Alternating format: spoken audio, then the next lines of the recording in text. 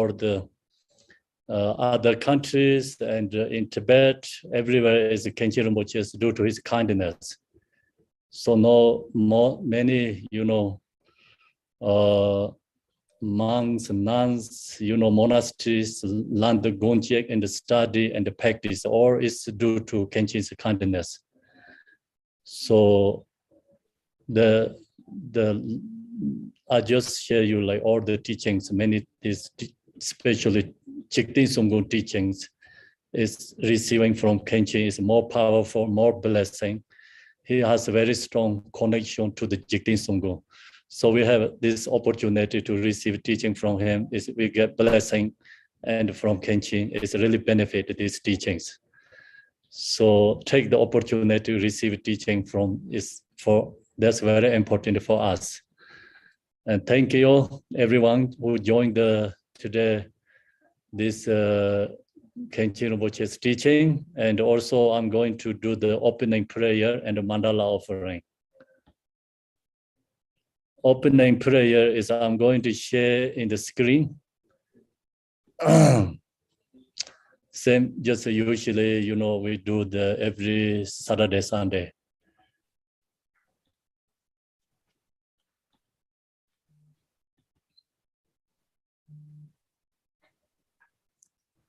All mothers and beings, especially those enemies who hate me, obstacles who harm me, and those great obstacles who my path to liberation and nations.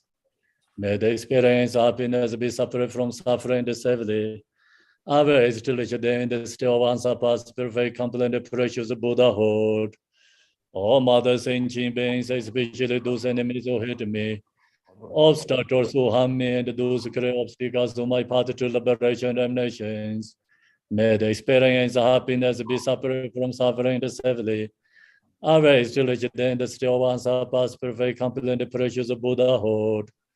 Dala Danwar Zebeda Dobra Zebede Parva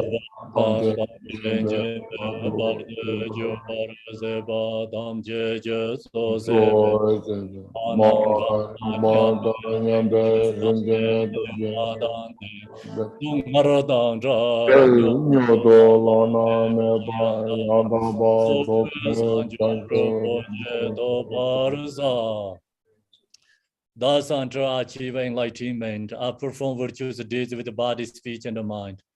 Until death, I perform virtuous deeds with the body, speech, and the mind. From now until this time tomorrow, I perform virtuous deeds with the body, speech, and the mind. We take refuge in the kind of root lama and the lineage lamas. We take refuge in the deity of the mandalas of Yadams. We take refuge in the exalted Buddhas. We take refuge in the excellent order of the Sanghas. We take refuge in all the noble Dhakas, Dakinis, and the Dhamma gardens, possessors of the eye of wisdom. Until I attain the heart of enlightenment, I take refuge in all the Buddhas. I take refuge in the Dharma and likewise in the example of Bodhisattvas. As the previous Buddhas invested in enlightenment and the progress on the Bodhisattva's path, true for the benefit of all sentient beings giving birth to bodhicitta, and apply myself to complete the stage of the path. In the Buddha, the Dharma, and the Sangha most excellent, I take refuge until enlightenment reach. By the merit of generosity and other good deeds, may I attain Buddhahood for the sake of all sentient beings. May all mother sentient beings, boundless as the sky, have happiness and the causes of happiness. May they be liberated from suffering and the causes of suffering. May they never be separated from the happiness that is free from sorrow. May they rest in equanimity, free from attachment and aversion. I bow down respectfully with my body, speech, and faithful mind to all Tathangatas in the 10 directions. Those who have already reached the Tathangata state, those who are reaching it at the present, and those Tathangata state to come. Through the power of Samantabhada's prayers, may all Buddhas manifest vividly in my mind. I posted to them, multiply in my body as many times as there are atoms of the earth. In each atom, I visualize as many Buddhas as there are atoms and surrounded by countless Bodhisattvas. Thus, all space is filled with Buddhas and Bodhisattvas. I praise all Buddhas through manifesting, chanting, expressing the great ocean of the excellent qualities. To all Buddhas, I make offerings of various pure flowers, flower garlands of music, honoring oils, manifesting light and fragrant incense. I make offering to the fine garments of perfume and purple, for the highest moon meadow, and orange the most beautiful way. I visualize the highest and the most extensive offerings and offer them with great faith to all Buddhas. I prostrate to the Buddhas and make offering to them following the deeds of great Bodhisattva Samantha. I will confess to you, Buddhas, whatever negative actions I have committed due to the power of anger, desire, and ignorance. I rejoice in the merit of all the Buddhas and the 10 directions of the great Bodhisattvas and the Pakika Buddhas. Those who have already attained Aharacha, and those who have entered the path of Aharacha and all other beings. I request to all great protectors and the Buddhas to turn the highest way of Dharma as the light displaying darkness of beings in the 10 directions, leading them gradually to the enlightened states. I supplicate those Buddhas entering their path into Parinirvana to living long for us many eons as they are atoms of the earth, in order to benefit all beings. Whatever merit I have gathered through postrations, offerings, confession, rejoicing, beseeching, and praying, for the sake of enlightenment of all sentient beings, all these are dedicated. Oh. Om Benzara Satu Samaya Manu Balaya Bandra Sando Deno Bai Deja Dejo Meba Sudo Kaya Membawa Subu Kaya Membawa Ano Rado Membawa Sarwa Zede Metraya Sarwa Karma Sudame Deji Guru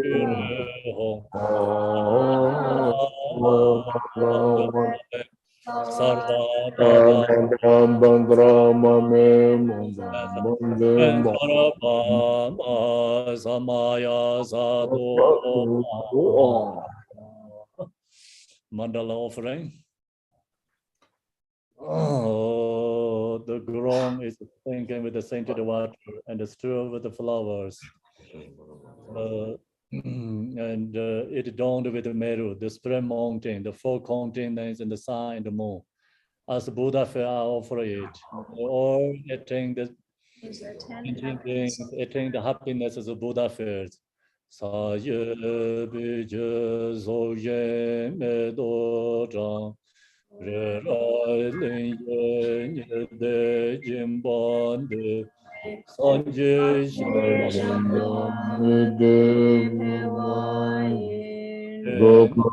Namda Shindo Jewarai Sho. To the Lama who possesses the three kayas, for the offering my body, veneted or there is visible. Please grant me the realization and attainment. So yonzo lame zona. La Jino Zongoi Deje Longe Nagire Lame Joge Modo whatever merit I have gathered through prostrations, offerings, confession, rejoicing, beseeching, and praying, for the sake of enlightenment of our sentient beings, all these are dedicated.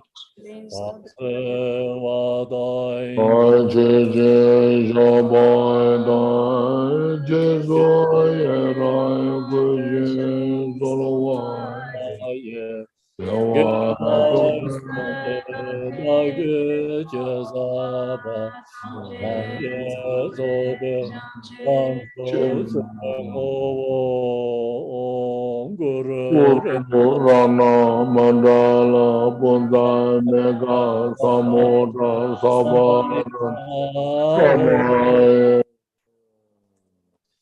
Equal refuge, honoring of the world. Your fame provides the 3,000 words. You are breaking Varjatara. With one hope, avoid the feet of Father and Jesus. Continue nothing with no one but you. Compassion one grant your blessing. Dispel darkness that surrounds my heart. Please bless me so that I can understand the nature of mind. Please bless me so that I can realize.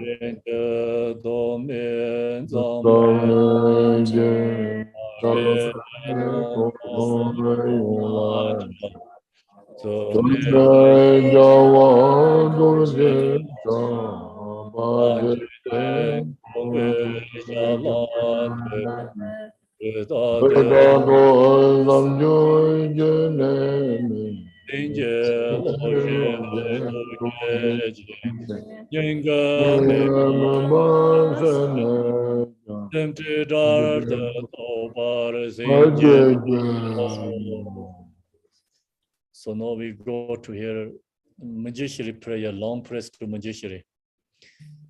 His wisdom is brilliant like the sun, free of clothes of true words, perceive the various steps of knowledge in the true nature. For this reason, he holds the wisdom text at his heart. He has a compassion for all beings who are suffering from the darkness and ignorance, presenting of samsara as a father for only son. Like a thunderclaps, he wakens those who are sleeping in ignorance, losing the chance of karma.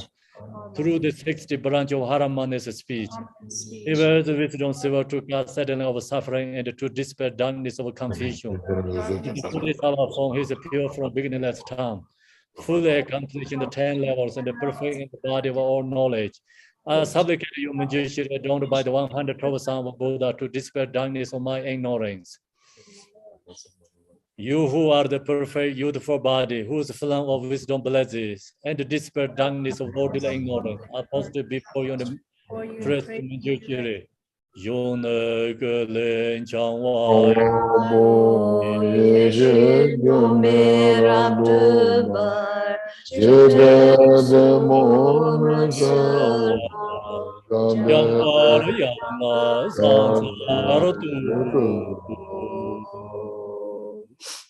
Please stand aware of the Dharma, of the two vehicles and the combination, according to the disposition and likewise, the mental capacity of sentient beings.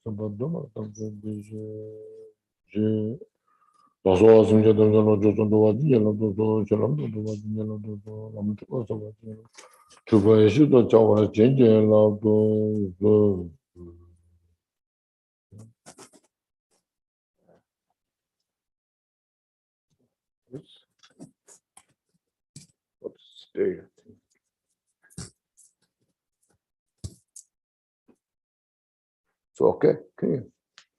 Oh, okay. Okay, thank you, everybody. As we said, all these opening prayers, those opening prayers, as you say, contains the complete, profound, and vast meaning of the Buddha's teaching.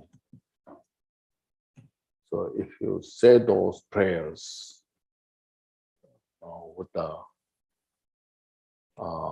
consciously, with the contemplation, and you can see the precious nature of the all that Buddha taught. So these opening prayers are the collection of all the essence of Buddha's teaching for our daily life, practice to remind what happened. This doesn't stay.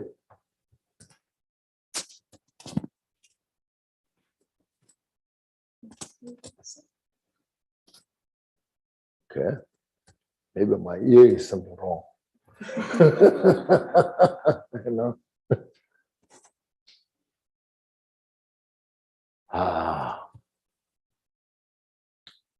As here, Khyentchen Rinpoche introduced about this our teaching. So Gongchik teaching is becoming very popular. Last for 10, 15 years. I should say, throughout the Buddhist world, especially Mayan and Vajrayana.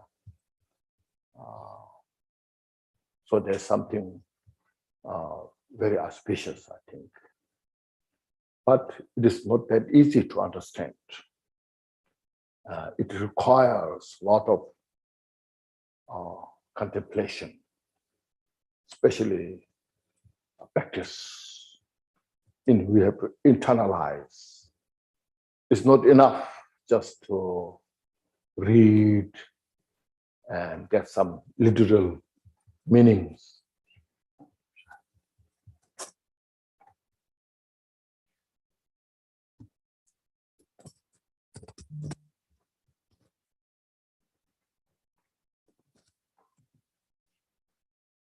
Okay, better? Yes, good.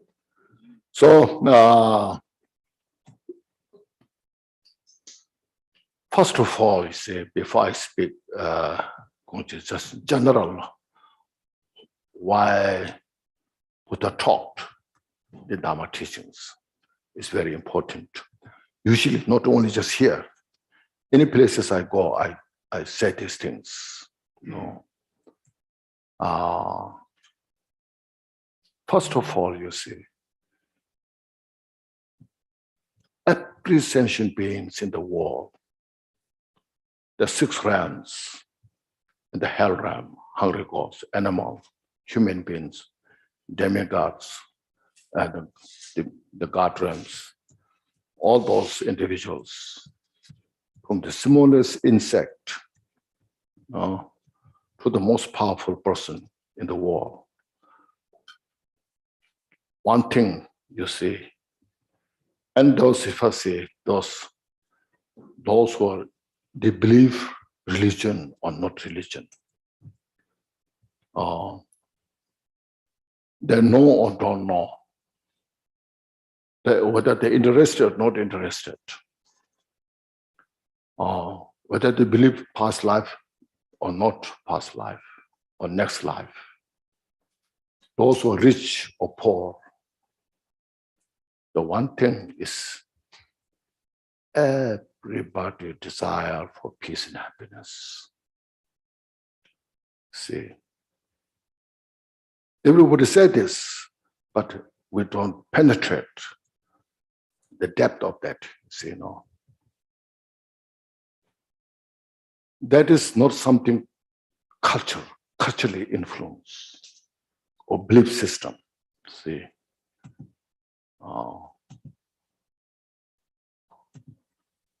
Now, like when you nowadays the Zoom teaching goes around so many places.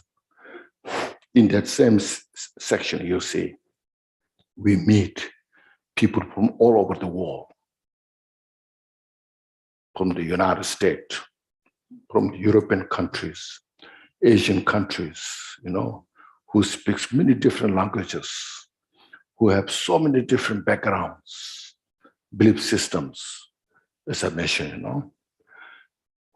But one thing is the desire for peace and happiness. You see, first we have to contemplate on that carefully. Very important meaning, point, you see. With having said that, with this kind of feeling, everybody keeps busy. Why they want to keep busy? In a different project, with the different objects, with a different way of life, business, politics, science, technologies, or some don't want to work, want to stay. Some want to keep busy. Everyone, the depth of in the innate of the mind is they just want peace and happiness. Physically, mentally, And nobody wants suffering physically, mentally. See, it's inborn. Who doesn't know anything, simply just want peace and happiness. But that person maybe doesn't know what's the cause of peace and happiness. No. That person doesn't know what's the cause of suffering. See, this is the first very important point that we have to know. Why? Somebody should say, I don't believe anything. I don't need peace and happiness. Won't say that. I don't believe anything, but I want peace and happiness. No, I don't believe anything, but I want to get out of this problem. So that's the reality nature. See, this is the basis why we need to study, practice, why we need to investigate. Why? No. Like say politician, the politics, they have a rule how to play the policies. But that's not enough. That's not enough. They have to investigate how to do better in the policy, politics, in the politics of business. All the business people, they come together, they discuss how we should do better business. They investigate further what mistake we made, what we can do better. Likewise, science, all the scientists, they just keep investigating, scrutinizing all things. How we have to invent new idea, new things. We have to develop new things that what we have is not enough, not sufficient. See, this is the point, very important, that we have to understand. Because the 21st century is the century of the education.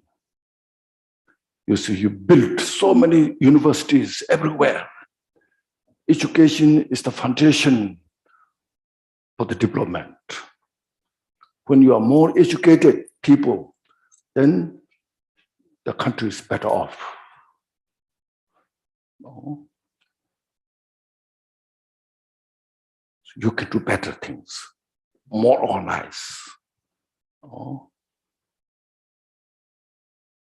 If you make the weapons, they make the weapons better, more powerful through the education. No. So you can destroy the enemy. So if you destroy the enemy, you feel better. You see?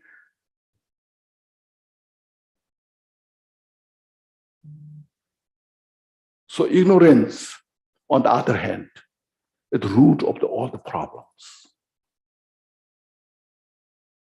See?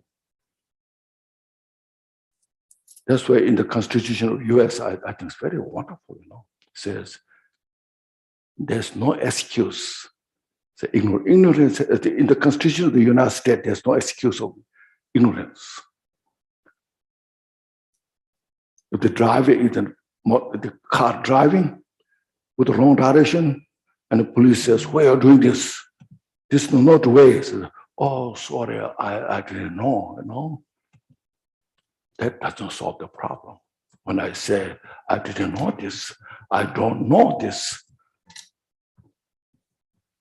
that doesn't solve the problem. I'm suffering so much because I don't know. So that doesn't solve the problem of the suffering.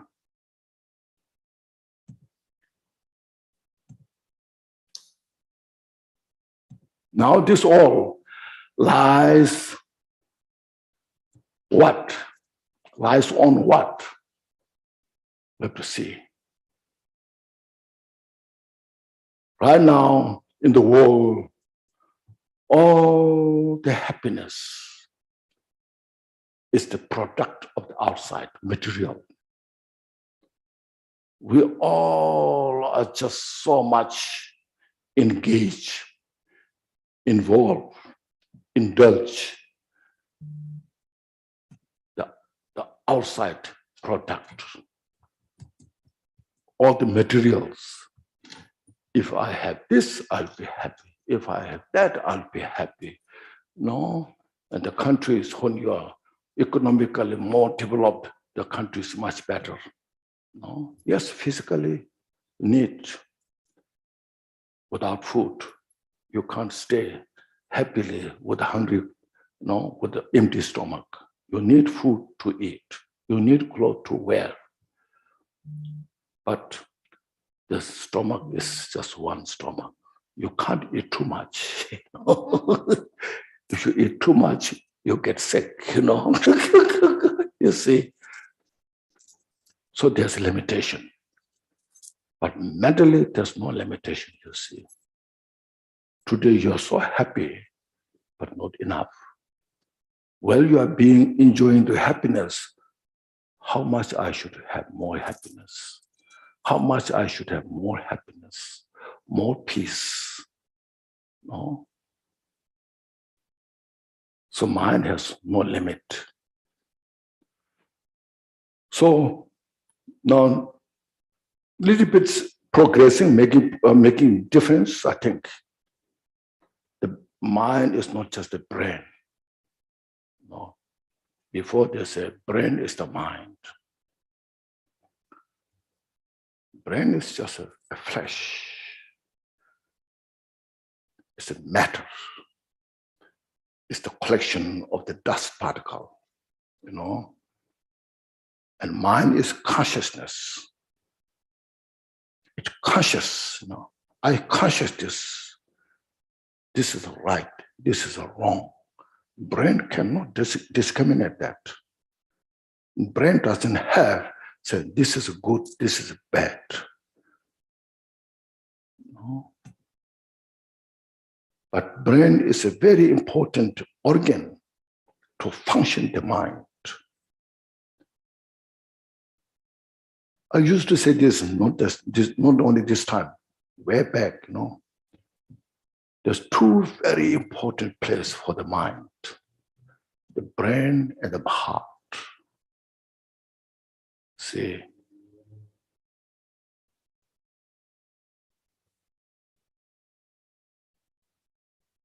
we should understand that.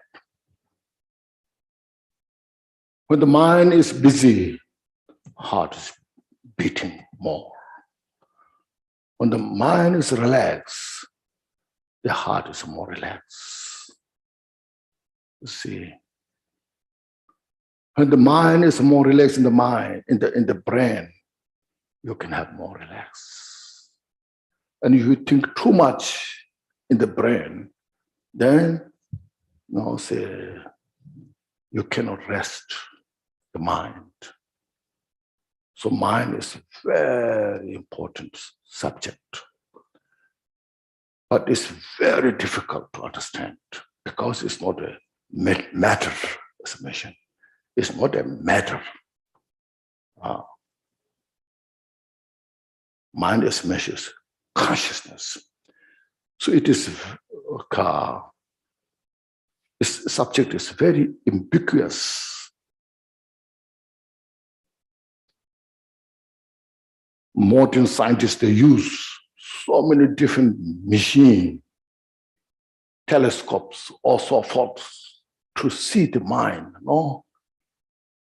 But these all sophisticated machines are just a matter. The matter cannot, the matter cannot capture the mind. Because the matters, all those machines are product of the mind. But these all machines cannot produce the mind. See, we have to understand that. These are very important points.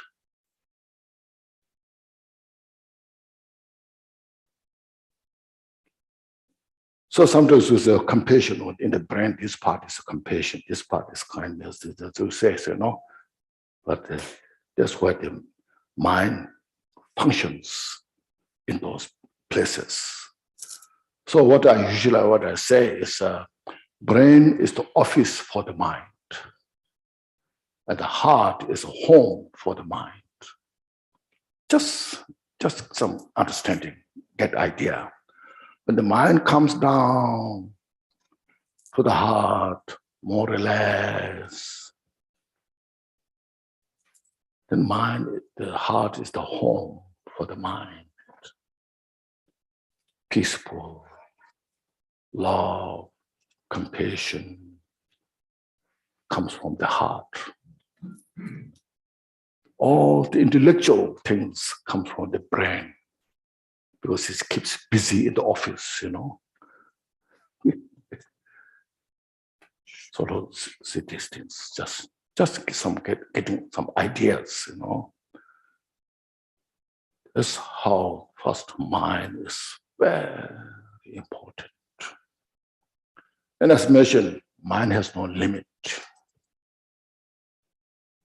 Because how much you think every day.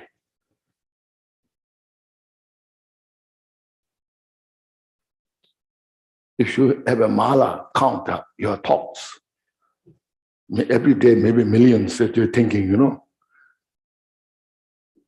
So thinking day and night. Even you sleep, you think, because you dream, dreaming is thinking. Thoughts, So it's a day and night thinking, Because you see heart is beating every second, every moment. That means mind is keeping busy. So look at these things first. First, this is very important to study Buddha's teaching, especially Vajrayana, Mahayana, Bodhicitta, and emptiness. These all are now said it's the business of the mind. The matter has no compassion, you see. No intelligence. See.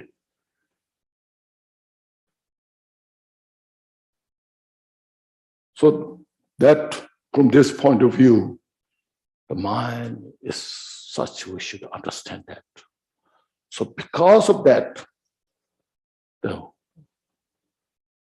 mind is so profound, so vast. So it requires a lot of training. If you read one sentence, Buddhist, it has so many layers of understanding. It's not just one. It's not just like a piece of rock. When you look at the rock, what you know about it, there's nothing more to know. But on the Buddha's teachings, like the GONGCHIK root texts, are so profound. There are many people I know now. There are teachings about the GONGCHIK, say this. I really appreciate that. Rejoice that. Go ahead. If you are making mistake, doesn't matter. Go ahead. You know, the complete perfection teachings can give only by Buddha and all those great teachers. Like we're just touching the surface of Gongchik.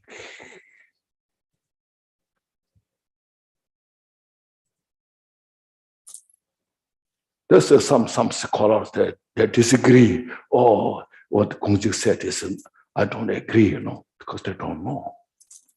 It's not that Gongchik is wrong, but Gongchik is, you know, is so profound that great teachers, even that great teacher cannot penetrate the meaning of the Gongchik.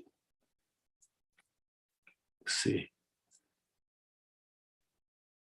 So the profundity of this meaning of the Gongchik teachings is unfathomable for our intellectual mind.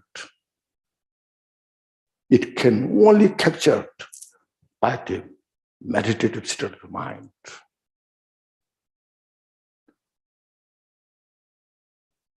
So this first, please, as I mentioned, no,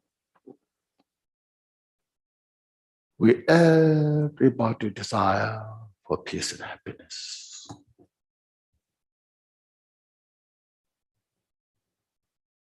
And nobody desires suffering. Even a ruthless person.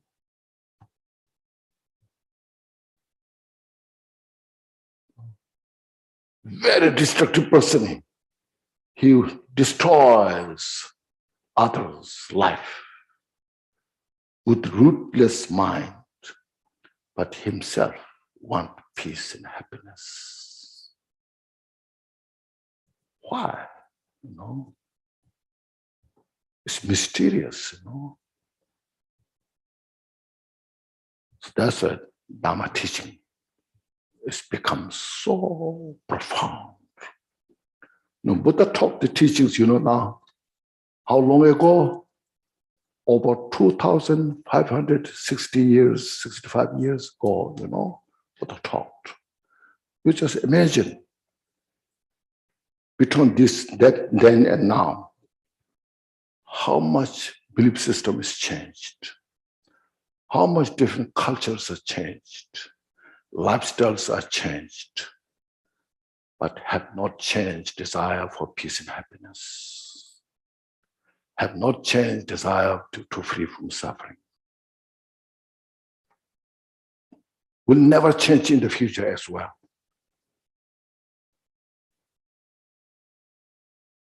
The fire is hot at the time of Buddha, still hot. You know? The ice was cold at the time of Buddha or before, still the ice is cold. The air is light at that time, now. Like this, the four elements, the nature of the four elements have never changed.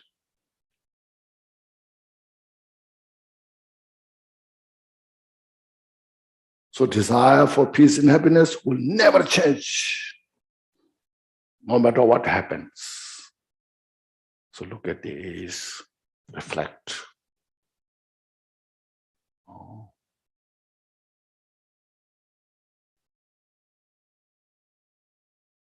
So historically, Buddha, that time when Buddha was born, we don't call him a Buddha.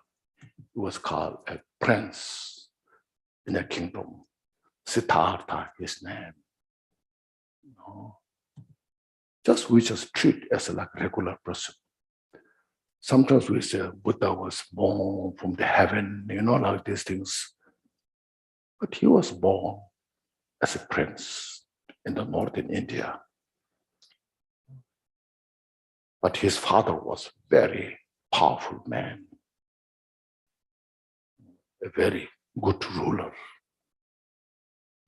So he has only one son, that Prince Siddhartha. So he wanted to give him all the best opportunity, sent him to school. He got the best education, you know, bringing all the great teachers, you know, ask them to teach him all the knowledge. and he got all the education. That time, all the different religions, bringing all the different teachers, asked him to, the spiritual masters, asked them to teach him, and he taught. He got all those. And he grown up in such a luxurious life. But at some time, he was very conscious. He was not just indulge his life in the palace, but he was going out, looking to the people, young children in his age. He was very conscious. One time his cousin Devadatta, they have the bow, arrow. One day a duck was flying, a bird flying. Devadatta shoot the bird, and the bird fell down on the ground. And then Siddhartha just ran into the bird, took up the arrow, and healed. So he was very conscious. This should not be done this way. And then Devadatta ran after Siddhartha. Leave the bird there, because I brought down, it's mine. And Siddhartha said, no, it's not yours, it's mine. And Devadatta said, why? Because I saved the life. You wanted to kill the bird, so it's not yours, it's mine. So he was conscious that who desire for peace, happiness, who desire the life, like that. Sometimes he's go to the farmer, the farmland, and how farmers are working hard in the hot weather, in the summer, where the grows rice. Poor people, how they're living their life. They're always conscious. And he sees their suffering life. Then he also growing, Sometimes he sit under the tree, reflecting, meditating of the suffering of the people there. Then, because he was born as a prince, sometimes he's reflecting, now soon I'll be taking place of my father. That means I have to look after the people in the country, and they need peace and happiness. How much I can provide peace and happiness, So like these things, you see. So then he reflects on the mind as well. The mind is very complicated, very complex.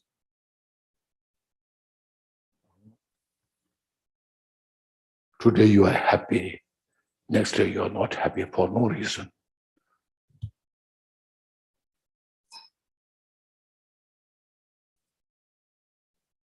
Today you are so happy, you enjoy your life, next day you want to suicidal. Why?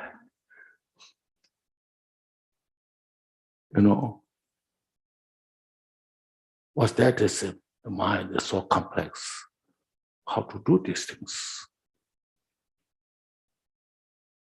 So because of this, he contemplates more and more, understands more about the people suffering, how much he can take care, Then, as you see his life story, he saw the old man, sick man, dead person, So I think it's just to abbreviate it, it's just said that, but he sees this just before as well. The people in the farmer, when he walks around in the farm, people, there's an old man walking, so with a bent shoulder, or this, cannot see clearly. So so how I can help to these people as a king of the country? Those people are so sick, how I can help those people? And those who are dying, the families are crying, how I can help those people? So like this, you see, he was very conscious, everything. So when he was 29, he left the kingdom, as you know all. That's the prime time to enjoy the life in the kingdom. But he was not attached to himself. He was prepared to help the people, everybody in the world. So because of that, I need more training, more understanding to help other people. What I have now is not enough. So because of this all reason, he left the kingdom. He left the kingdom and say such a ascetic life, no food, no shelter, no clothes, even, because he first he himself wanted to have the experience from the luxurious life, from the luxurious, the kingly life, to the most difficult life, the artistic life,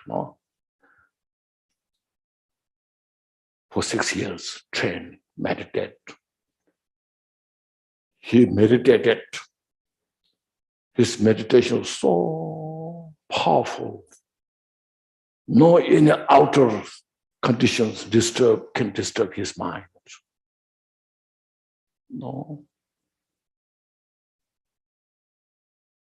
Then he achieved such a state, it's called spacious meditative state. Everything is so precise, clear. He thought maybe he's enlightened. But still then, he got the message, this is not the enlightenment.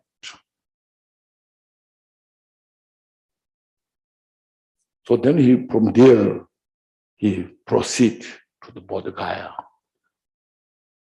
under the Bodhi tree. Then there, he meditated.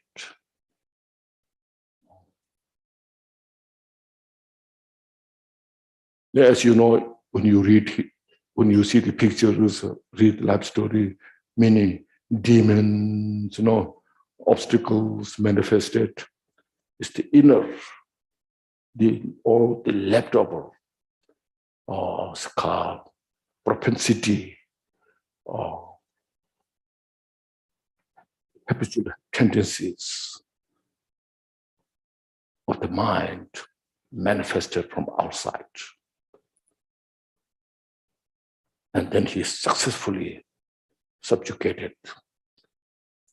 We just think this all just coming outside, but actually it's inner, the leftover propensity, the negative habitual tendencies. This we should know that all our obstacles, evil spirit, there's nothing but is the manifestation of our mental negativities. That need to be purified, because the mental obscurations are the worst demon than from outside. The ignorance, the confusions, the attachment, the aversion, so forth. All these are the most dangerous demons. They will destroy our life, the life of the peace, happiness. The outer demons are temporary. Occasionally will come, they go away. But inner demon stays with us for 24 hours. Until we subdue them, then they will continue. They will never become a friend of us. So that's why I say, at the dusk, he subdued all the demons. Then at the midnight, he total meditative state. In the dawn morning, then he enlightened, achieved the Buddhahood. Then it became so precise, clear. Everything, all the causalities. It's not just emptiness. Sometimes we say, emptiness is the ultimate. Emptiness is, yes, emptiness is important. But within the emptiness, the play of the causality, more difficult, more sophisticated, requires more discriminating wisdom, more important. In other words, the inseparable of the nature of the causality and emptiness. So he totally captured that state of the mind. You know, it's not a belief system. It's not somebody. It's not just a Buddhist belief. It's the reality nature. In other words, this whole universe, phenomena, everything what exists, whole in the universe, everything becomes so precise. No? Nothing is hidden. Everything is like seeing in the palm of your hand. This is the most important.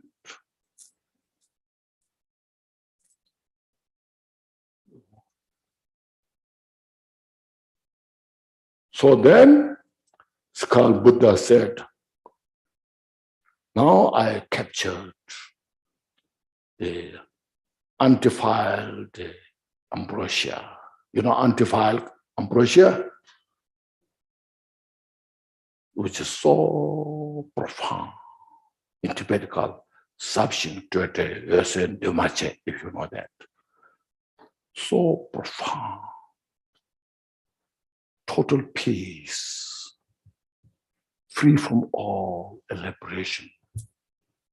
It's not just empty, it's luminosity, and it's uncompounded.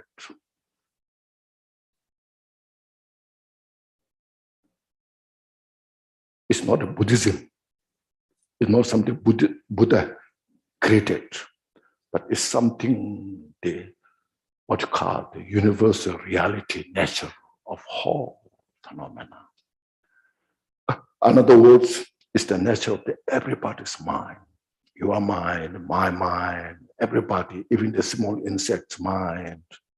It's the nature of all that. You see, it's just a matter of you realize or not realize. So that's what is important. See, that's our objective, the final objective goal to achieve. See, anybody in the world who captures that, and that's what's called total enlightenment. That's what's called enlightenment. Okay, it's not just some ceremony, some rituals, all these things. These are good for start. Then, if you really go to this, you have to go beyond that.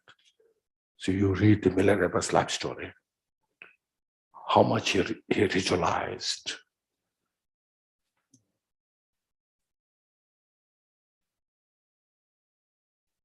So then, From there, then Buddha taught, or to capture that goal, the Buddha taught from the beginning. That is the Konchik, you know, it's about that. Konchik is not that simple. It's comprehensive. You know, Konchik is total meaning of the Buddha's teaching. It's not just one section. Like if you study Abhidhamma Kosha, it has its own subject. Abhidhamma Kosha, this is Abhidhamma Kosha. And if you study Madhyamika Avatara, there's one. Root Madhyamika. So there's on the individual subjects. Yeah.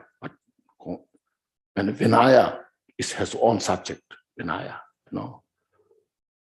But the Konchik is the everything. It's a total. Oh. So I'm sorry, you see there are some translations there, as you can see, sometimes there's a single intent. When you say Gongchik, literally maybe it's okay, single intent. But in English point, I don't know, maybe my English is so limited. Single intent is very narrow mind, intent, you know, your intention, single intent. Single is one, you know, so single intent, no space left, just very narrow, you know. It's a totally opposite from that. Gongchik is the total comprehended reality nature. The Buddhas of the past, Buddhas of the future, Buddhas of the present, everything in one nature. That's the Gongchik, you know, we have to understand that. But anyhow, the Gongchik is that, but first I'm going to say this now. So if you tell people, you know, we all so much, we like, you know, say, oh, can you give us a Mahamudra teaching? Can you give us the, Dzogchen teaching? Can we say, no? So then you get this, it's empty. It's, you know, it's failure of the mind. There's no virtue. There's no non-virtue. There's nothing to give up. There's nothing to accept, you know. So then that's it. Oh, yes. Are you enlightened? I don't know.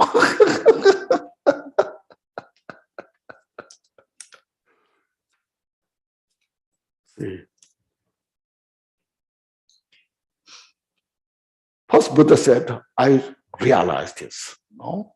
I captured this. That's the estimation. The ultimate Buddhahood is that there's no form. No? Because it's profound. Profundity. There's no form being a profundity. The profundity itself is, you said, form, mental form, not physical form, you know. Total peace is not a form. See? It's the mind, total peace. Free from all elaboration. This all elaborated. These things are elaboration. Means you expand, you know. So in total, when you captured everything, there's nothing to expand. That's called free from elaboration. It's not making it limited. So now you cannot elaborate from this. It's not that. This free from elaboration means completely maximized. There's no further to go. It's free from elaboration, you know. So the mind is so limited. Limitless mind is maximized. And that itself is called free from elaboration.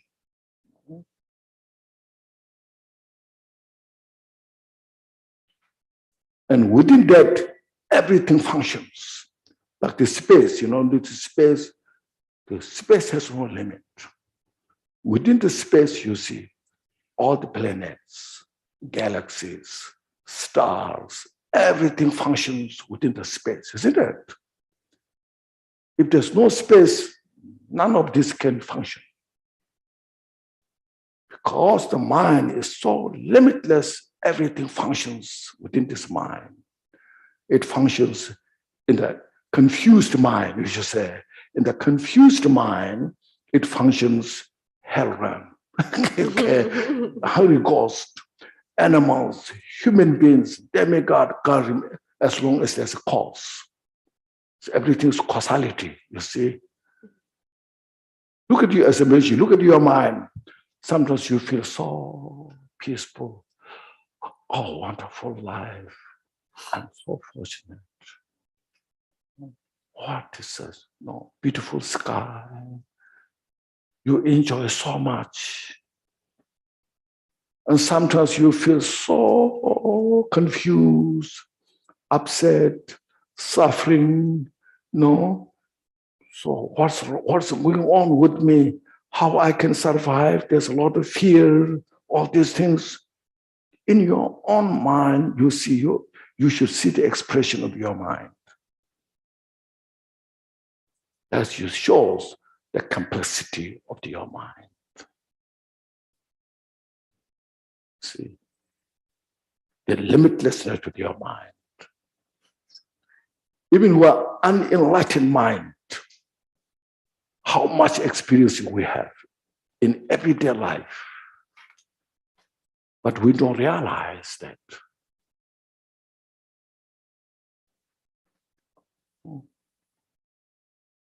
So that's called the Buddha sees this all precisely without any hidden. That's called luminosity. No limitation. And that your mind, if you ask, who created your mind? Nobody has. It's called uncompounded. Substitute dumache. No? Dumache. Dumache means uncompounded. Not produced. But that's what it means, the reality nature of your mind.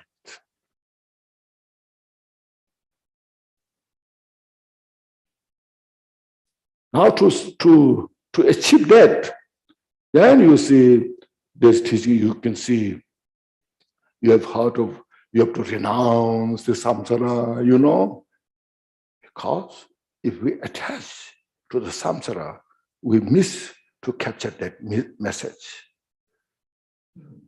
You see, that's what's called renunciation about. It's not saying this is all bad, bad, bad, bad. But if you are attached to these things, then you are attached to, and then you miss the others, the project to achieve, you know.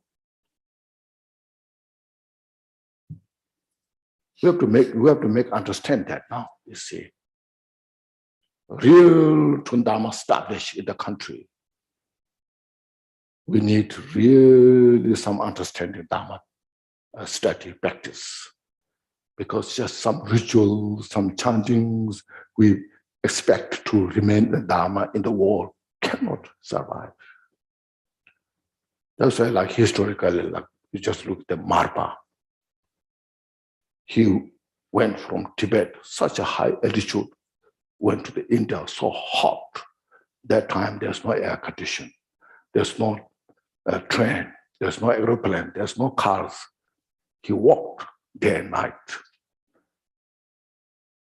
bringing his food on his back, you know, sacrifice all his life's joy, you know, for the Dharma to establish in the world, especially in Tibet. You know, he went not just only one, two, three, spent time. He went back to Tibet, collect all the resources and bringing to India, making offering to the teachers for his own expenses, all this. Then he brought all these precious Dharma teachings, you know. And then he brought, after bringing those teachings in Tibet, you see, then he talked to many disciples, especially, you know, Milarepa. So Milarepa not just studied some rituals, some deity yogas, not just that, taught all those Buddha's teaching. And then he dedicated his entire life in the retreat and achieved the enlightenment, Buddhahood. That's how Buddhism is established in Tibet. So we have to think about these things. I'm sharing this message so that we can, how we can do, how we can handle, That's why I say especially last for 20 years, I should say, I was in Tibet, especially Eastern Tibet, sharing these GONGCHIK teachings to the monasteries, to continue the Buddha's teaching, introducing these, and also in Nepal, in India, everywhere. I was trying my best, to not just some nice thing in the society, even though I'm very limited, if you ask me if I know GONGCHIK, I should say I don't know. It was so profound, so precious. But I tried to make the message. I used to tell to the monks, I'm teaching here because I'm teaching here GONGCHIK. It's not that because I know GONGCHIK. So when I teach, if you find some mistakes that I make, you just bring up, I said. Bring up the mistake I made, and I will appreciate. I will rejoice that. We cannot play my ego here. We have to put my ego aside and bring the pure Dharma in the world. I cannot pretend something, Pretending doesn't help. So that's how, first of all, how it's important. Then, because of Milarepa enlightened, he produced Gampopa. Such a great teacher, a monk, full-ordained monk, who studied complete Buddha's teaching, Vinaya, Sutra, Vajrayana. He was the responsible to establish complete Buddha's teaching in Tibet. It's not just some partial thing, Milarepa taught accordingly to Gampopa, and Gampopa received all the teachings. So that's why Milarepa has highly praised Gampopa, a Vajrayana practitioner monk, Gelong Dorje Ziba, the holder of the Vajra Bhikkhu.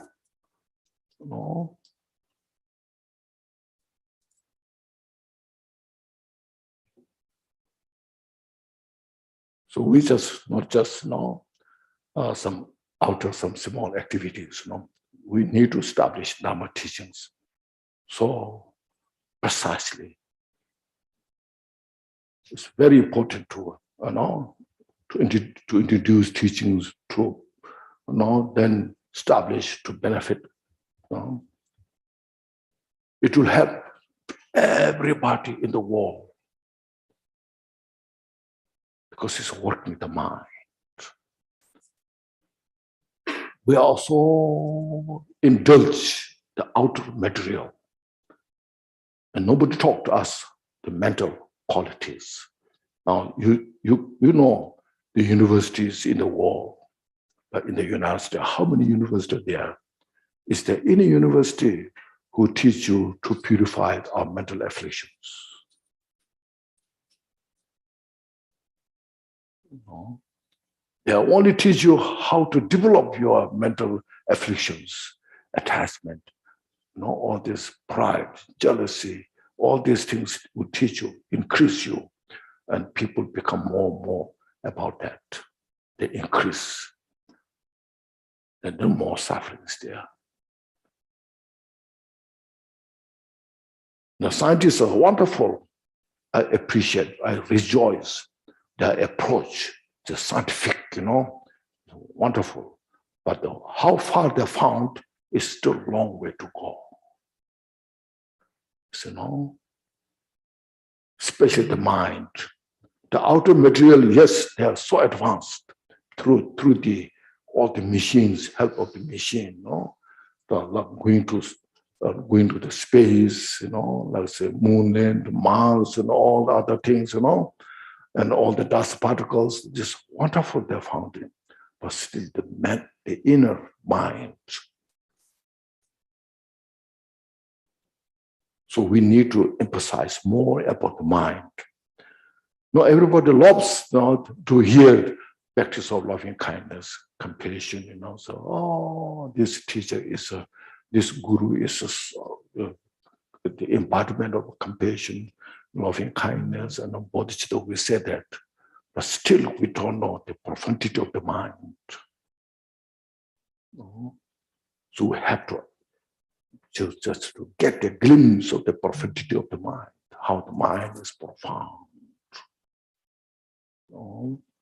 For that, nowadays you see the three things are very important. This three trainings,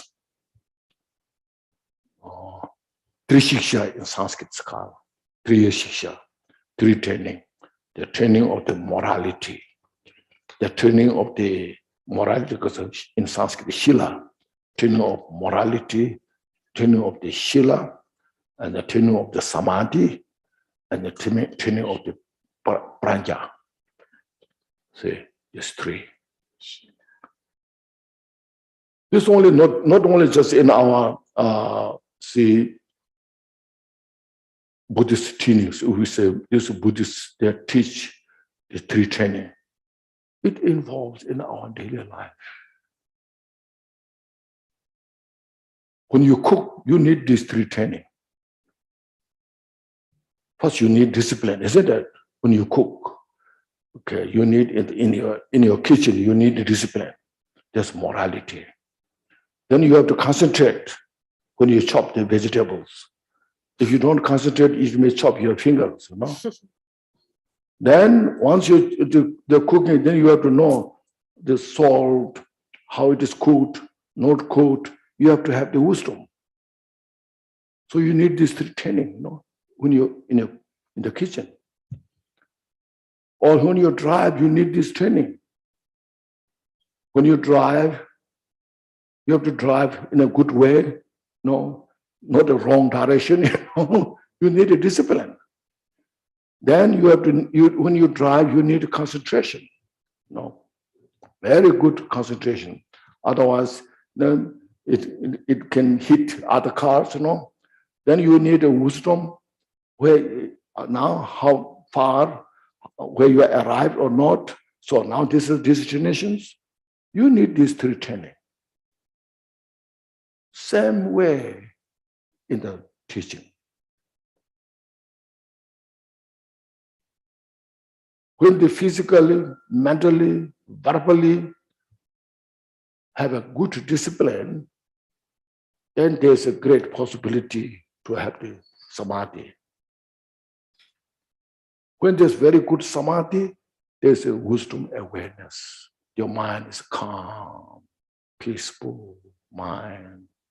Then you can see precisely. See? It's not something Buddhism, Buddha made up, It's not Buddha's made up. Buddha see the causality, the cause of the result you want to achieve, what kind of cause is required. Without the cause, you can't get the result. Like a farmer, when the farmer they farm, they need these three training. First, how to fertilize the ground, all this. Then you have to have wisdom when to plant the seed. then you need all this climate support, isn't it? The heat, water, all this fertilizer, all this you need. When these three trainings are there, the farmer can produce such wonderful products, the foods.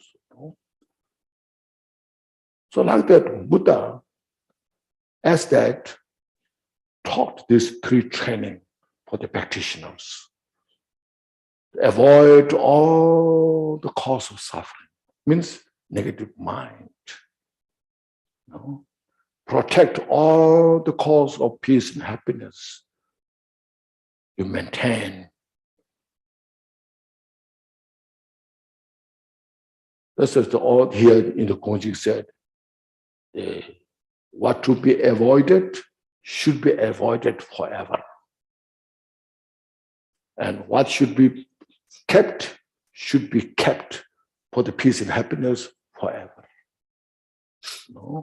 So these are the, what you call, first, Shila. Tsutim. Sul in Tibetan, very good word, Sultim. Sul Shinto Sung Tim. You keep the discipline according to the reality. It's not something believed or created, but protect all the cause for peace and happiness.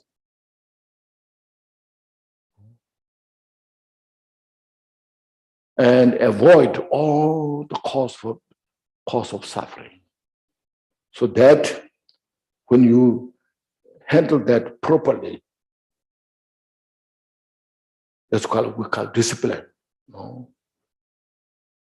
So for beginner, for lay people, the 5 precepts, all this. The 5 precepts is universal. I will talk this more later, but first you just get that. So these 5 precepts are the foundation of all the disciplines. The monks and nuns, no matter how much you take, those 5 are the foundation. All that are just branches from that. Then when you have those proper guidance, how to maintain your body, speech, mind, then there's a very wonderful chance for samadhi. Samadhi means keeping your mind calm, peaceful. See, where your mind is. There's a saying, your cushion should be placed in the shrine, and then your body should be on your cushion, and then your mind should be where your body is. Because our body is here, mind is going everywhere, you see, sometimes going to the kitchen, sometimes going to the market, sometimes going there and there, So mind doesn't stay where your body is. So in the teaching said, your body should be where the cushion is, and your mind should be where your body is. And then where the mind is restful. So,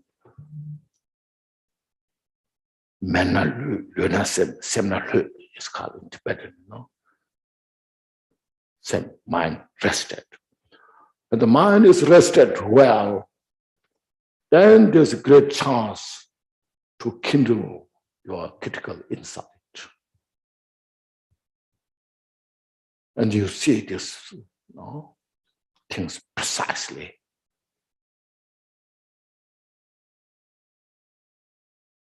That's the first how to bring these things, and then how to capture this meaning of this, your own nature of the mind. Sometimes when you see, I'm sure you have heard of when you find some great teacher, you should get the instruction of your mind, introduction of your mind. Have you heard of this? No? You may hear some, but then gone, disappear, because you don't have this three training. See? You may hear 100 times, but may not stay there. So this is the method first Buddha taught, just to get idea first, So it is not a Buddhism, first you please understand.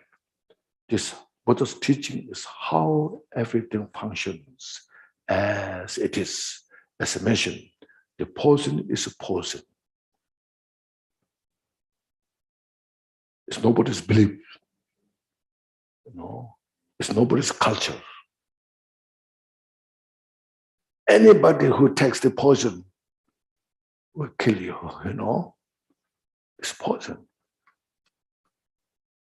Medicine is a medicine, always medicine. So Buddha taught that this is a cause of suffering, from the Four Noble Truth. You are experiencing suffering because suffering is come from this cause.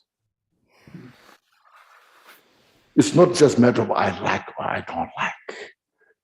I like this. We may say, what you like may not be the real cause for your happiness.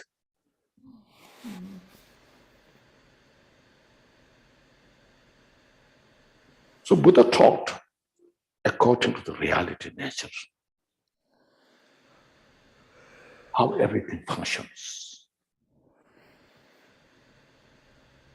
That they are now here. We'll discuss this tomorrow, more. But first today I want to introduce these things important, because we have tomorrow, then Saturday, Sunday, So then you'll get some basic understanding of Gongchik, you see. Instead of going through text, this was just statement said, this reading this, you may get some glimpse, but you don't know what really Gongchik is about.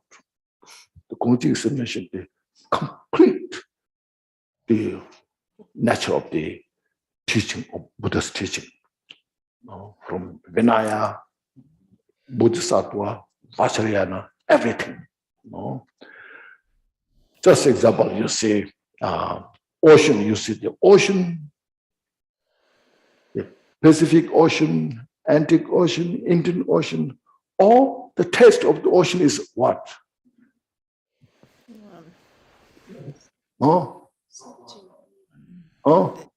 Salt water, All the ocean, doesn't matter what kind you name it, but all the ocean is salty, isn't it? Isn't it? Salty. So water coming from all the directions, the Mississippi River, rivers, Ganges River, Sindus River, and you name it, Yellow River, all the water all goes to the ocean. They mix with the ocean. Then they just become with the ocean. No separation. See? Buddha taught so many teachings, you see. All the different types of teaching Buddha taught. There's called 84,000 categories of teaching. You have heard of that. But it all goes to the same nature. How to avoid the cause of suffering and how to accept, practice the cause for peace and happiness. Once we know this, once you are convinced about this reality nature, and your Dhamma practice, you will do very sincerely. It's not just a belief. Otherwise, we know Buddhists believe what? Buddhists believe karma. Buddhists believe rebirth. Because some other don't believe rebirth, karma. So it's a belief. Your karma and the rebirth is something like your belief system. Buddhists believe emptiness. So when Buddha taught rebirth is a Buddhist belief or not. Whether we know or don't know, rebirth is reality nature. Today you go to sleep, tomorrow you get up. It's not a belief, isn't it? You come from yesterday, go tomorrow. It is belief or what? The suffering is belief or what? If suffering is belief, don't believe it. See? Where you believe in suffering, don't believe about it. But that's not the case. The cause of this suffering. You have to understand that, you see. When you are convinced about these things through your investigation, through your understanding, then you say, oh, actually I was destroying my peace and happiness by myself through the ignorance. So as I mentioned, in the Constitution of the United States, ignorance has no excuse. So Jidosung says in the Gongchik here, the ignorance is the most dangerous.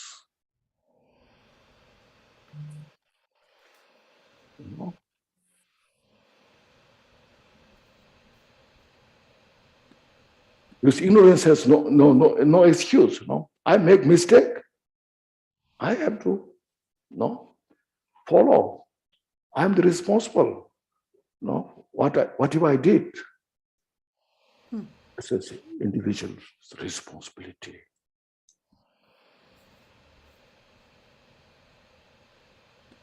So Gongchik will help us to understand the reality nature of the whole universe. And the causality is the constitution of the framework of whole phenomena. Everything is constituted within the causality. The whole outer universe, outer world, is directly or indirectly is our own creation. Yeah. So look at this, contemplate on this, meditate. Then we can really be a sincere Dharma practitioner.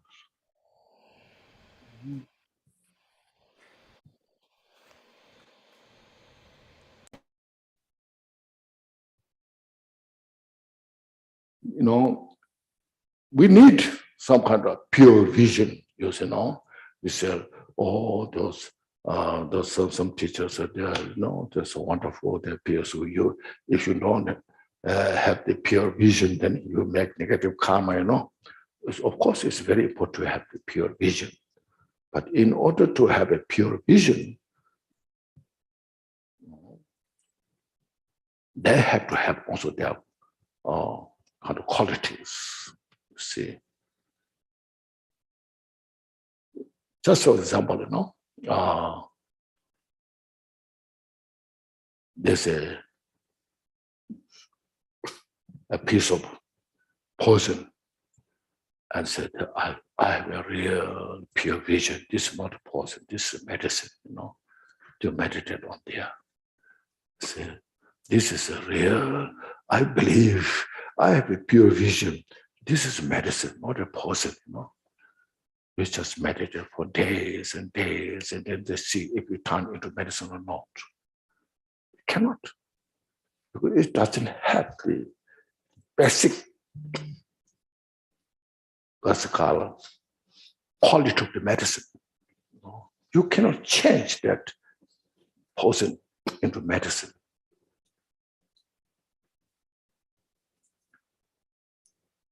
So this is a wisdom is so important to see things how the solid rock cannot become a space in our daily life, Solid rock is solid rock,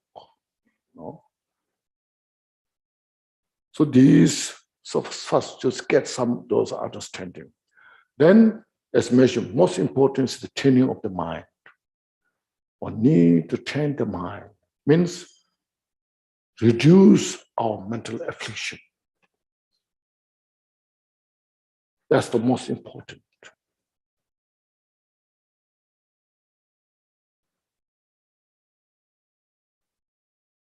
First, just look at, say, this my body. Now here, this body is,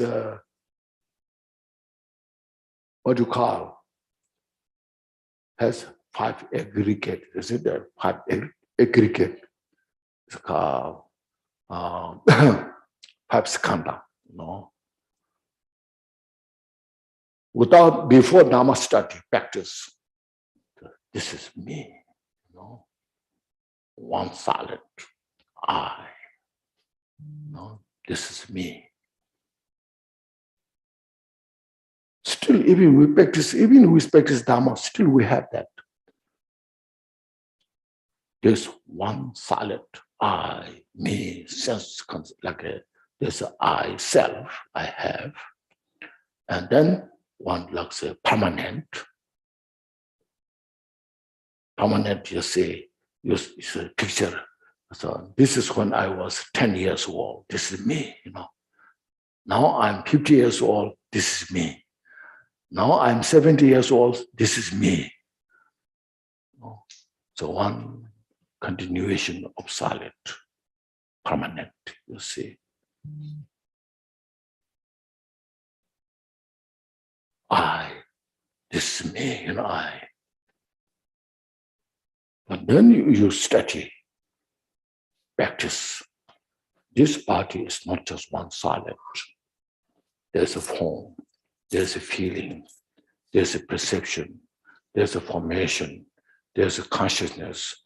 All this combination of the 5 together is called the skandha, the aggregates. So it's not just solid. It's just combination of all these things. If one is missing, cannot function, this body. Then I say, oh. Then I see the very fragile nature. Before I see, especially when you're young, you feel just, I can do everything. I'm just young.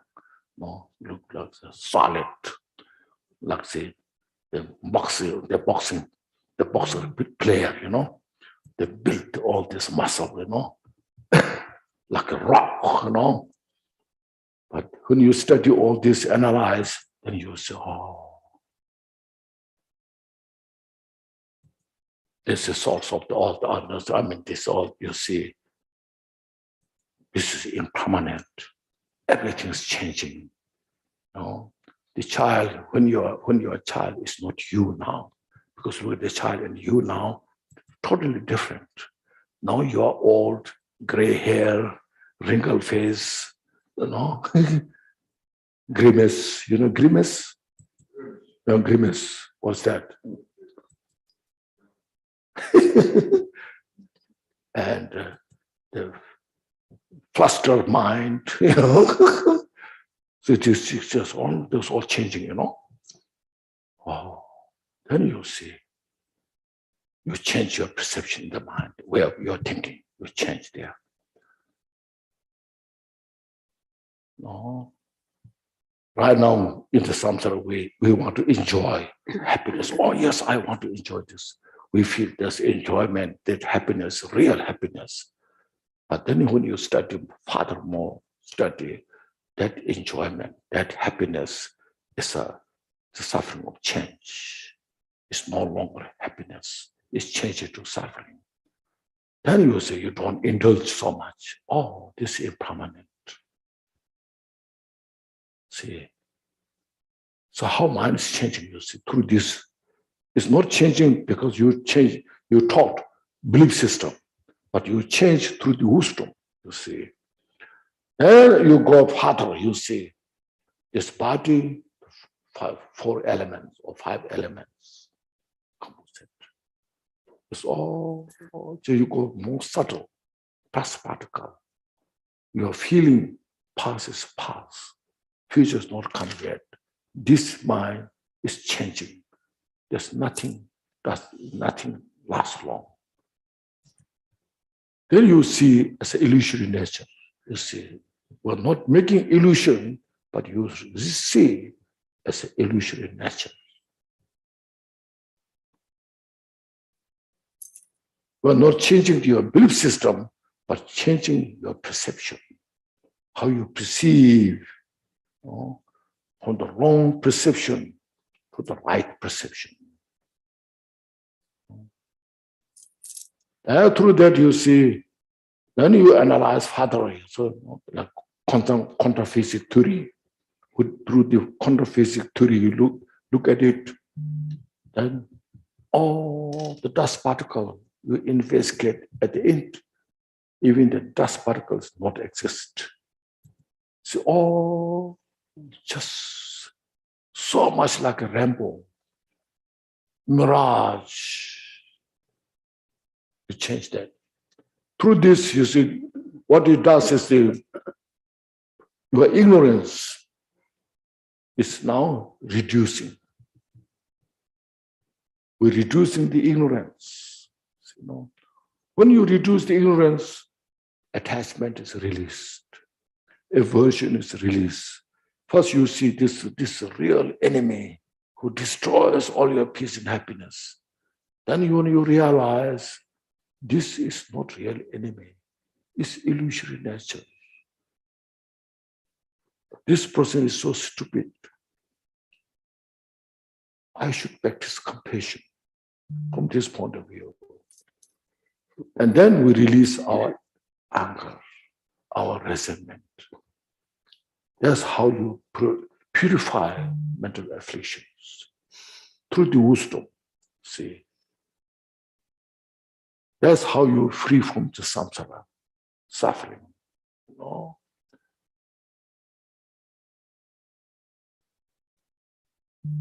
And this is the reality nature. It looks simple. And its reality nature, yes, it is simple. But our mental affliction, the propensity, the habitual tendency, we are so ingrained in the habitual tendencies. Keep repeating. No? You don't want, but you have sometimes makes no choice.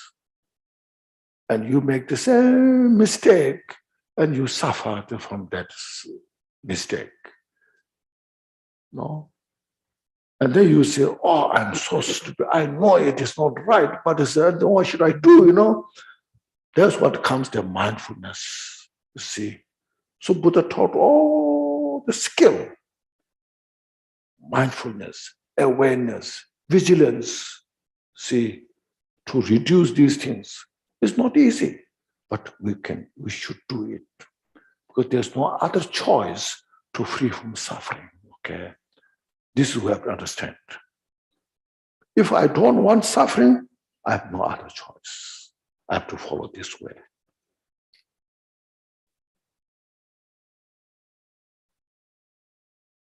And it will not help us say, I couldn't do it, or if I negotiate, you know, or please, if I do this much, it's okay, you know. If I practice, there's 100,000 is too much. If I do 10,000 is okay. You know?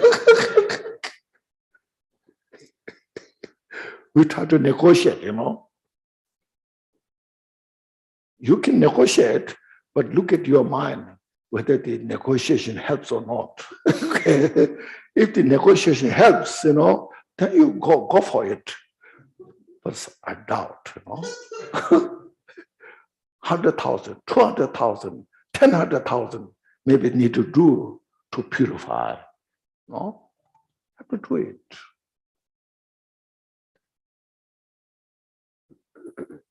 That's our own to help myself. Okay? To help myself, what should I do? How should I follow? So these are the some thoughts, say tonight, to get some basic idea, then we can, from there, we can start. So first, as mentioned, Gongjik is the complete, the comprehensive teachings of the Buddha, right from the beginning to the Buddhahood. It's the complete path. All the Buddhas of the past went through this path. All the Buddhas of the future will go through this path.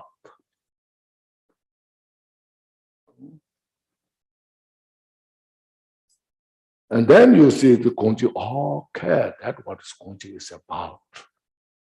No, it's not just some, I'm sure you have received teachings from other teachers. This Vajra statement says this, he explains this, no? But each Vajra statement has the complete meaning of all the Gongjik teaching. It's explained from different angles, but it can bring into one complete nature. As I mentioned, all different waters, rivers, streams come from all the directions.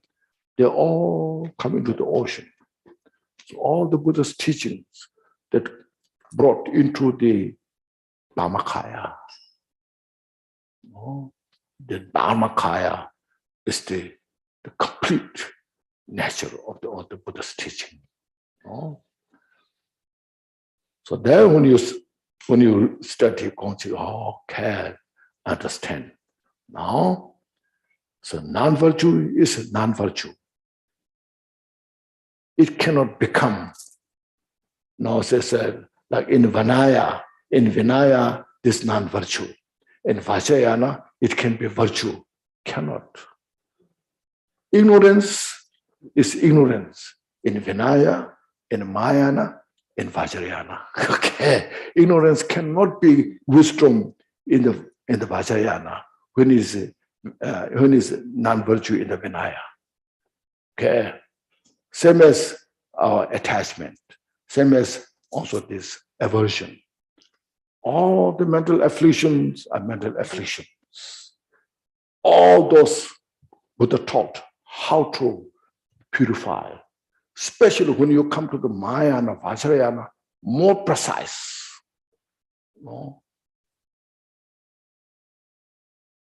It's kind of more aggressive because you have to go through the details to the root, get rid of all, because it's a way to enlightenment. Buddha. So 3 portions is the portion that you have to avoid to all the way to the Buddhahood.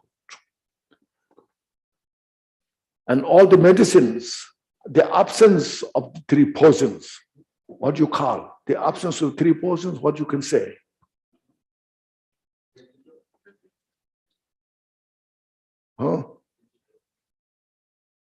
Antidote. No. The absence, I'm saying. Do you have any wisdom in the absence of 3 portions? Is there any word?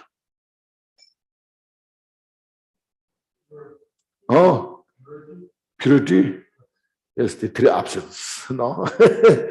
So the 3 absence of the portion, 3 portion. That's what she said. The absence of the 3 portion is enlightenment. Okay. That's enlightenment. You should understand. How I know if I'm enlightened? Look at if you have none of those portions, you're enlightened.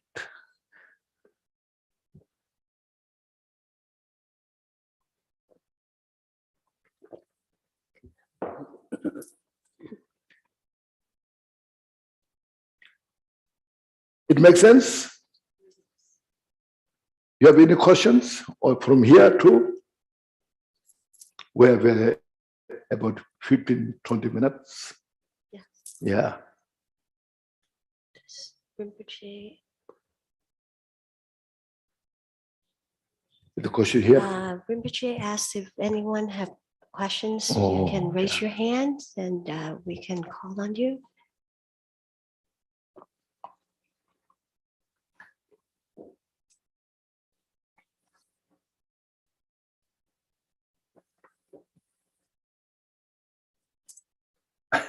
Perhaps everyone's still contemplating. Yes, contemplating, yes.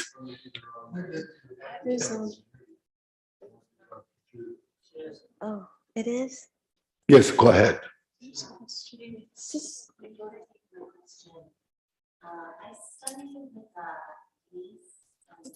I studied with the niece. Niece. Tignahan. Oh, yes, yes. And, oh, thank you. Thank you for taking my question. Yes.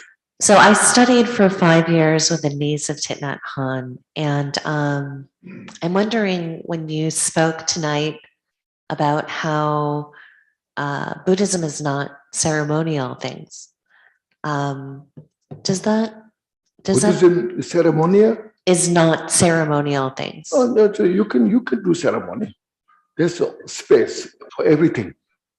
Including Thich Nhat Hanh's teachings? Yeah, of course. Yes, yes. Right, as mentioned, from Four Noble Truth. Four Noble Truth. Yes. I'm sure Thich Nhat Hanh taught Four Noble Truth. Yes. Yes, you know. Four Noble Truth is the, we should say, the framework of the Buddha's teaching. All teachings are within the Four Noble Truth. Theravada system is within the Four Noble Truth. Mahayana within the Four Noble Truth. Vajrayana also within the Four Noble Truth.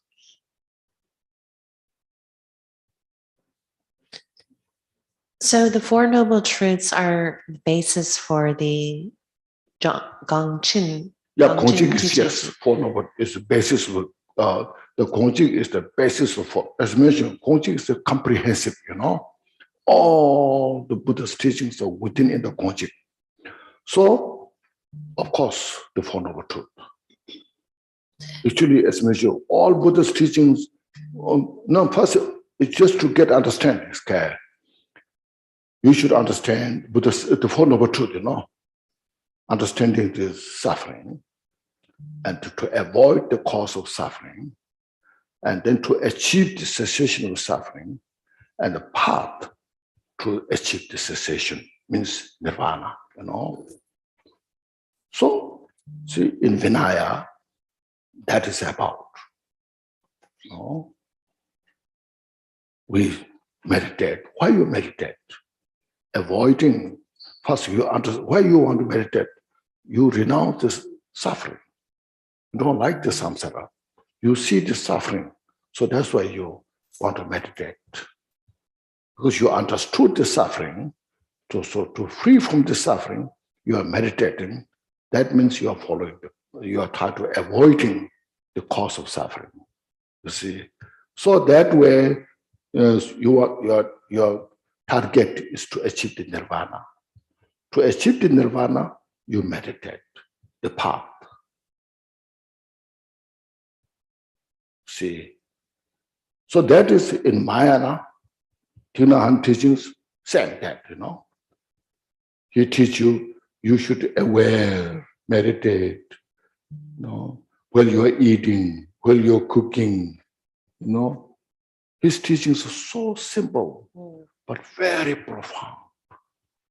I really admire his teachings. So relevant, makes it so simple, but very profound. You know? Why you do this? Mindfulness. His main teaching is mindfulness. So why you want to be mindful? Not indulge all the negative thoughts. You know? Purify your negative thoughts. So then you see, through this way, you purify all the cause of suffering, so that you don't suffer. We are suffering because we created the cause of suffering. No, as I mentioned, nobody likes the suffering. But since we created the cause of suffering, no choice. Nowadays you see, people are talking so much about the environment, the climate change, disasters, all this. We created the cause. There's no one to blame outside somewhere. In the world, who habitats, who are in this world, people are out of greed, to pass through start with the ignorance. Through the ignorance, we build the greed. Out of greed, then we create all those causes of suffering, and we suffer. So there's no other to blame about. We have to take responsibility. We have to start individually, like me, you know, with this, we have to start from there. Because we are the one of them, from all these people, you know. So there, then when we do this well, develop loving kindness, compassion, meditate on these things, and avoid all the mental delusions as much as we can, and be mindful. And then, when these negative thoughts, delusions cease to exist,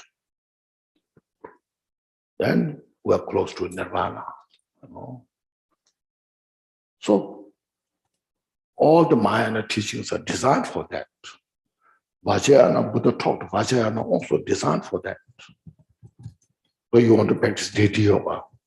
Deity means enlightened being. Means you have to reduce all these negative delusions. And you want to achieve enlightenment. Make sense? Yes, I think you're saying that there are many different teachers. There are many different forms of the teachings. Yes. But they're all the same. Yeah. As mentioned, the mind is so complex. So complex. So Buddha taught all those teachings to fit every individual. Very inclusive. So Buddha didn't say, you cannot come to my teaching. Buddha's compassion is such a spacious nature of the compassion, includes everyone. So Buddha has to have a skill how to communicate to those individuals. That's why the Buddha's teaching, even Vajrayana, there's so many different levels of teaching. Mahayana as well, so many levels. And Theravada, so many levels. But all what teaches avoid all the cause of suffering. No one will say, you do this negative thing, you will achieve enlightenment. That's why we respect all the Buddha's teaching.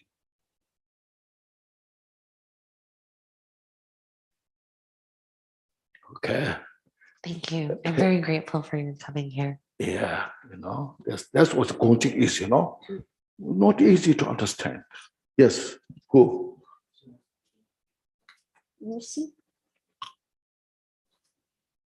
Yeah, so I think when you talked about the samadhi training, you mentioned, when you talked about the samadhi training, right? You said the mind is rest. Samadhi. Right. Yeah, when you talk about the three trainings, right? Yes. The second training is the samadhi training. Actually, it's all mind training. And you said we rest our mind.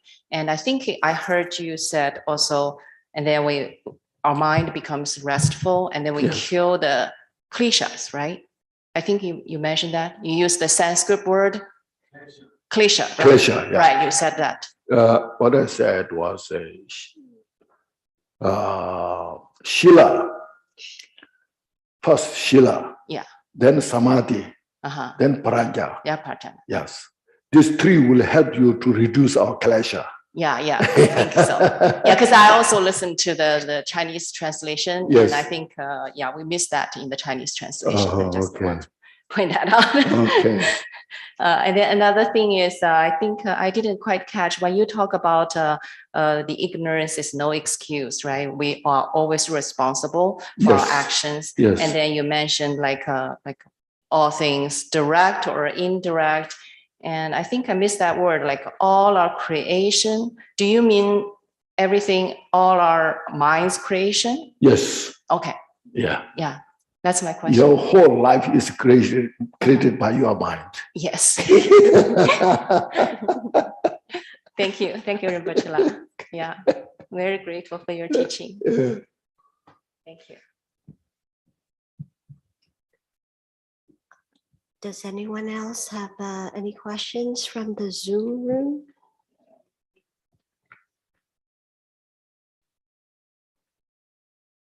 Still contemplating. Still contemplating. That's good, very good. Yes, now,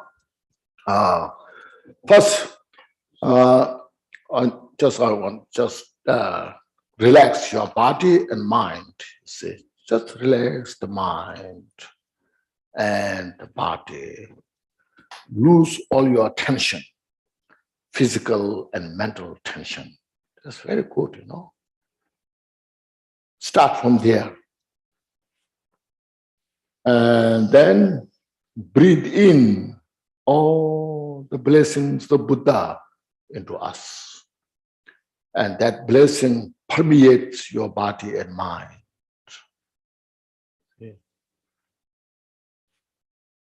And then exhale.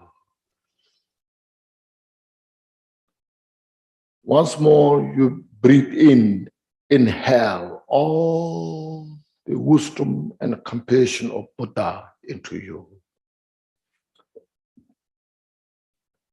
And again, relax and heal your mind and the body.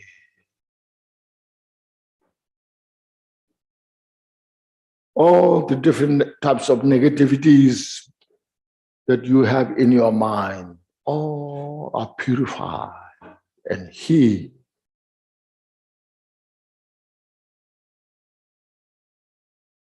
And exhale all these our negative emotions. We no need them to keep with us. Don't keep those negative emotions. They are not healthy, you know. We just release all this. Release all our negativities. Release and make our mind fresh, relax.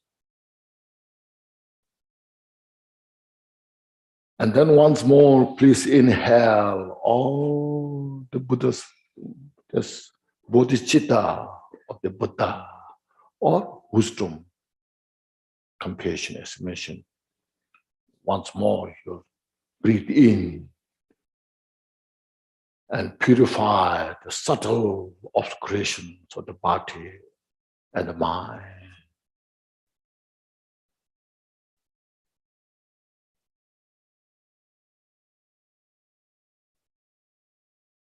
And just meditate, your mind is like the space.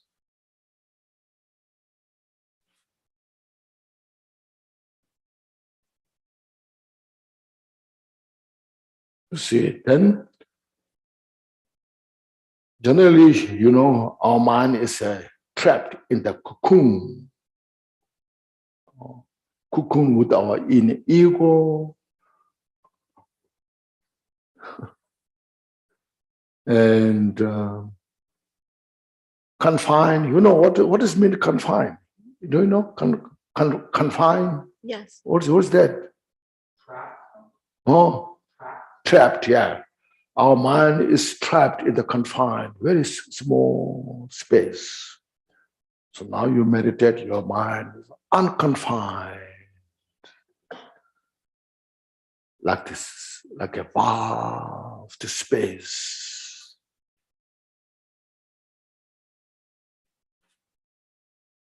So all this, our negativities of the mind are just a manifestation of the emptiness. See,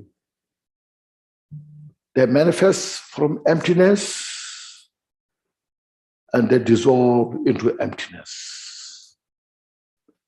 But we don't realize that we are trapped in the confine. And then we fluster, fluster? You see, we fluster our mind.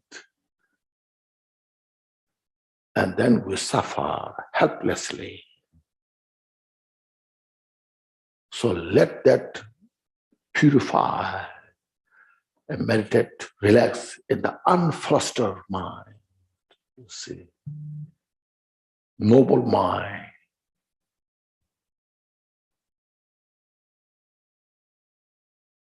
You have one mind, but you see, depending to the wisdom and the ignorance, as I mentioned, the wisdom mind helps to get rid of all this flustered mind.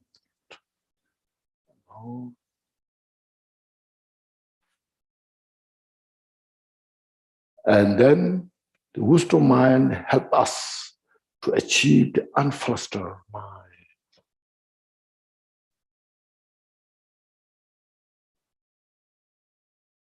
So that's why I mentioned the mind is so profound, you see.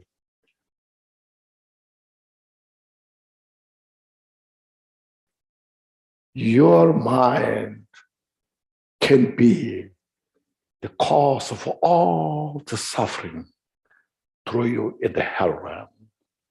Or your mind can help you to free from all the suffering and achieve the enlightenment. It's your mind. It's my mind. And we have the same nature of the mind. But the Buddha's wisdom teaches us how to see this. And that's the GONGCHIK, you see. Such a profound, vast.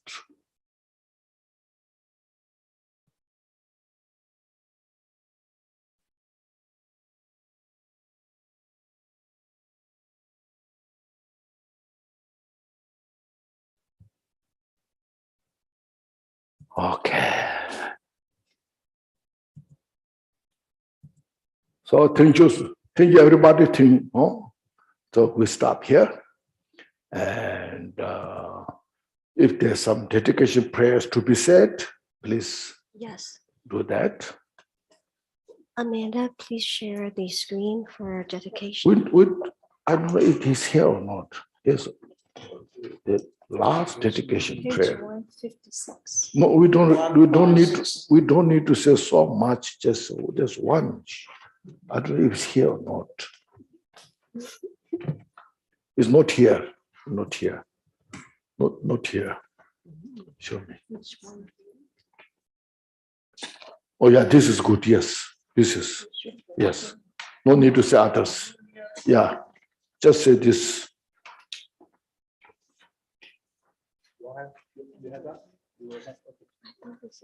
This is such a profound dedication prayer. Everything's here.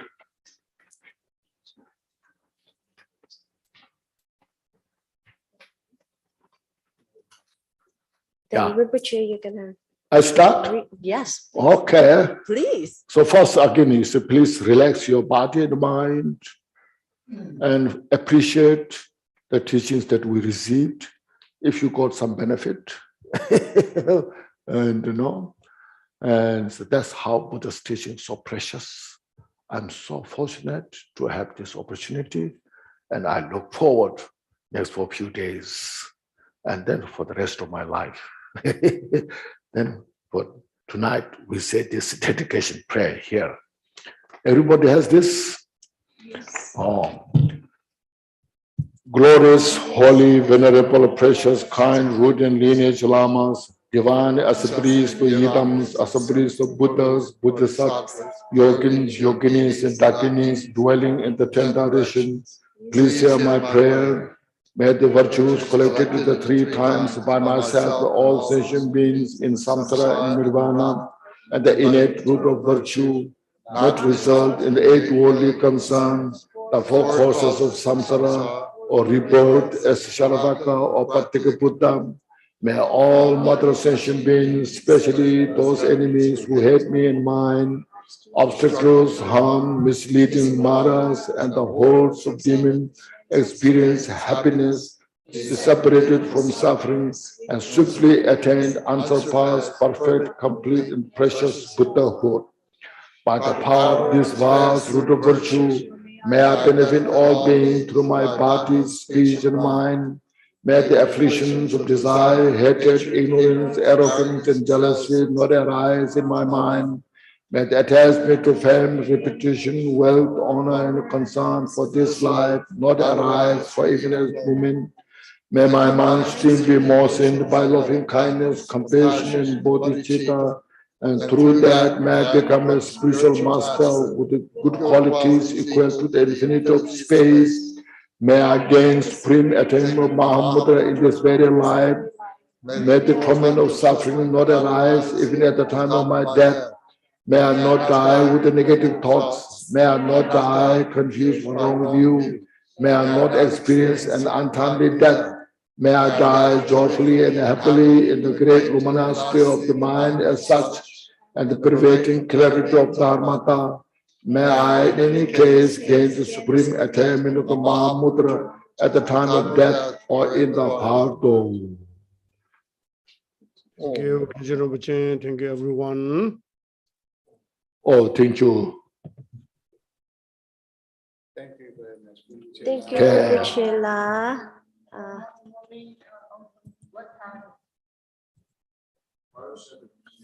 Thank you, Rinpoche. And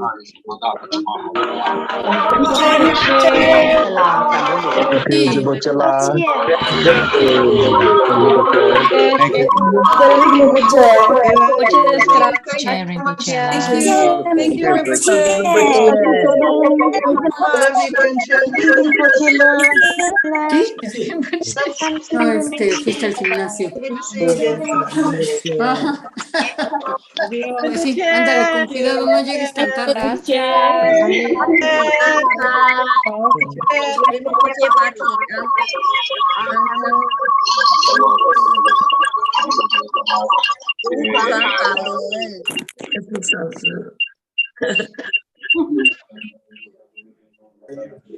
everyone wants Thank you, Rinpoche. Long life, Rinpoche. Rinpoche, 长久住世，弘法利生。Rinpoche, 长久之世，长生法人，沙西德勒。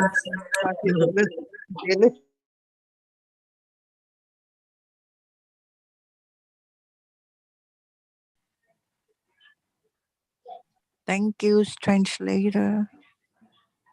Thank you, organizer. Thank you, Rinpoche. I wish to be with you for all my life, still enlightenment.